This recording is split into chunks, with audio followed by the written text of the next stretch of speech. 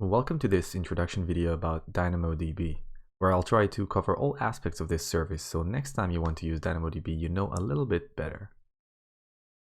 DynamoDB is a fully managed serverless NoSQL database provided by Amazon Web Services. Fully managed means you do not have to ensure your database is running as you traditionally would. That is a guarantee you get from Amazon Web Services.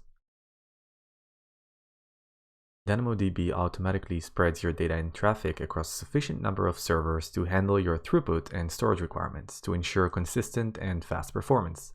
Everything on DynamoDB is stored on SSDs and is automatically replicated across multiple availability zones, providing high availability and data durability.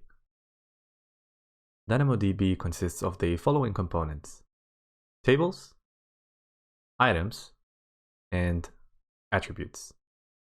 DynamoDB is schemaless, which means apart from your table's key schema, you are flexible in the properties that you can add to your records. Records are stored and presented in JSON format.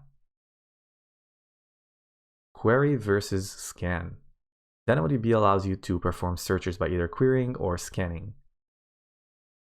The scan operation, as the name implies, is going to scan through the entire table, which could have performance implications. That should be your last resort. For example, if you need to gather some information about values you do not have defined as partition or sort keys. Querying, on the other hand, allows you to run searches using a primary key or secondary indexes. When querying, you will always define a partition key and optionally define a sort key. And this will be way more performant and is the recommended way to operate at a regular basis when you need to search your DynamoDB table. Let's talk about the concept of primary key. When creating a new table, you must specify the primary key of that table. The primary key helps uniquely identify items in the table. And there are two types of primary keys. The first type is the partition key. This is a good example of a partition key, the ID of our users, which will be unique per user. The partition key could help you query by a unique value, such as the user ID in this case. The second type is the composite primary key, and also called partition and sort key.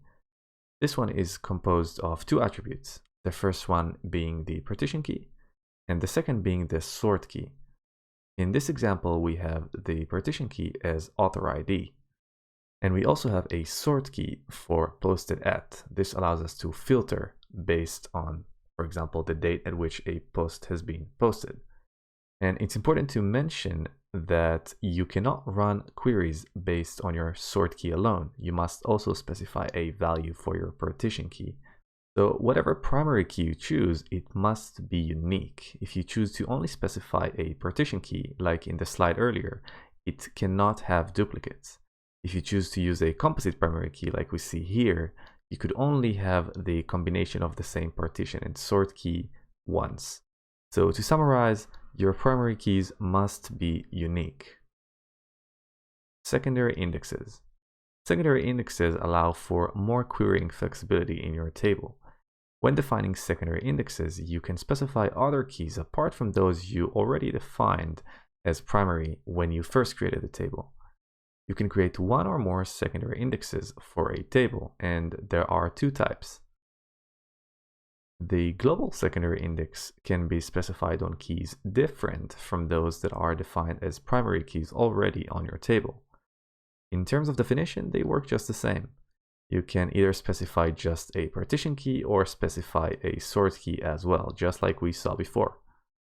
In this example, we have a table that we already created, and upon creation, we defined the ID as our partition key. A week later, for example, we decided we need to be able to query by some other unique values, such as a phone number. We could then introduce a global secondary index with phone as the partition key. And then a week later, we want to also be able to query by a social security number and sort by birth date. We could also create a global secondary index for that. And you can create up to 20 global secondary indexes per table. The second type is local secondary index. These can be specified when you want to query based on the same primary key that is already defined in your table, but also introduce a new sort key.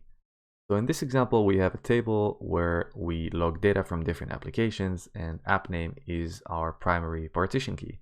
This already allows us to query based on the app name.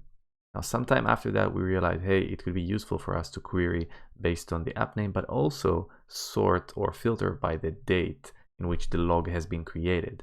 We can then introduce a local secondary index, reusing the existing app name as partition key, but introducing logged at as a sort key. Let's talk about read consistency. When reading from your DynamoDB table, there are two types of read consistencies. The first one is eventual consistent reads, where the response might not reflect the result of a recently completed write operation. And this is due to the way DynamoDB spreads your data across multiple availability zones for better durability and high availability. So for example, if you just performed a write operation and immediately attempted to perform an eventually consistent read, there is a chance you might not get the most up-to-date data that you expect. Strongly consistent reads, on the other hand, will always respond with the most up-to-date data.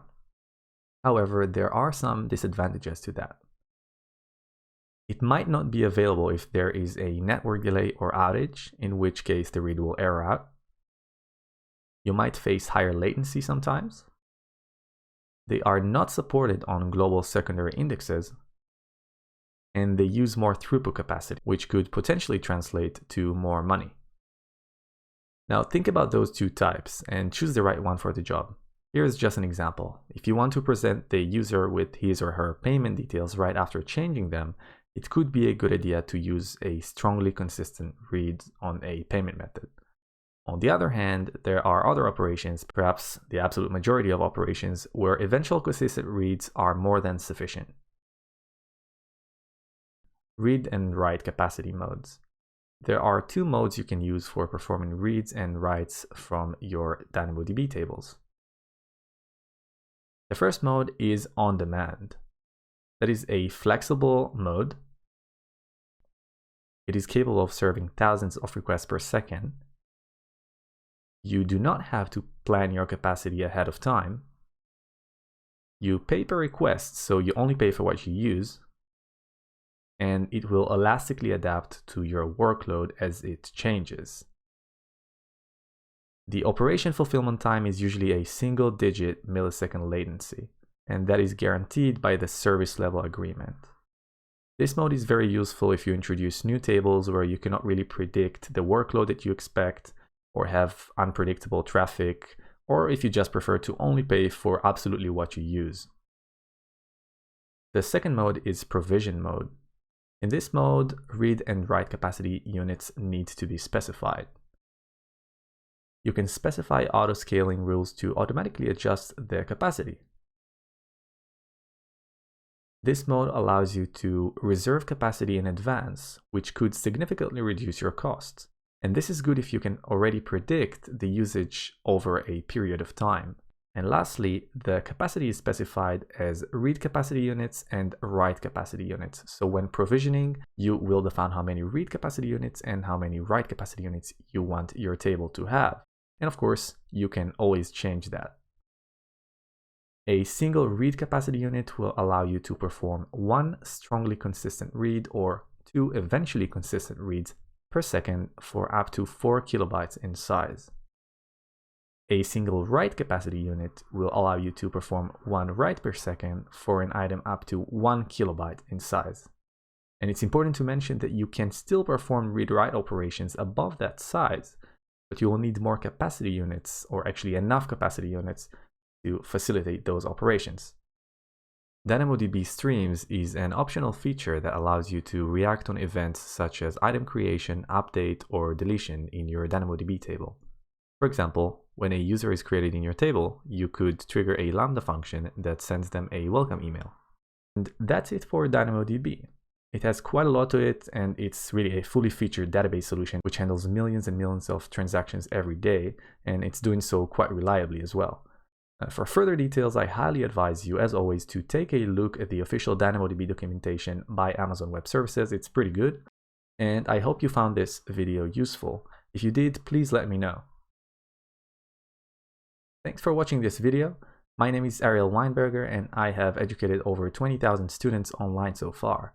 This video is a part of my new course, Serverless Framework Masterclass, where I teach serverless development with Amazon Web Services, Node.js, and Serverless Framework.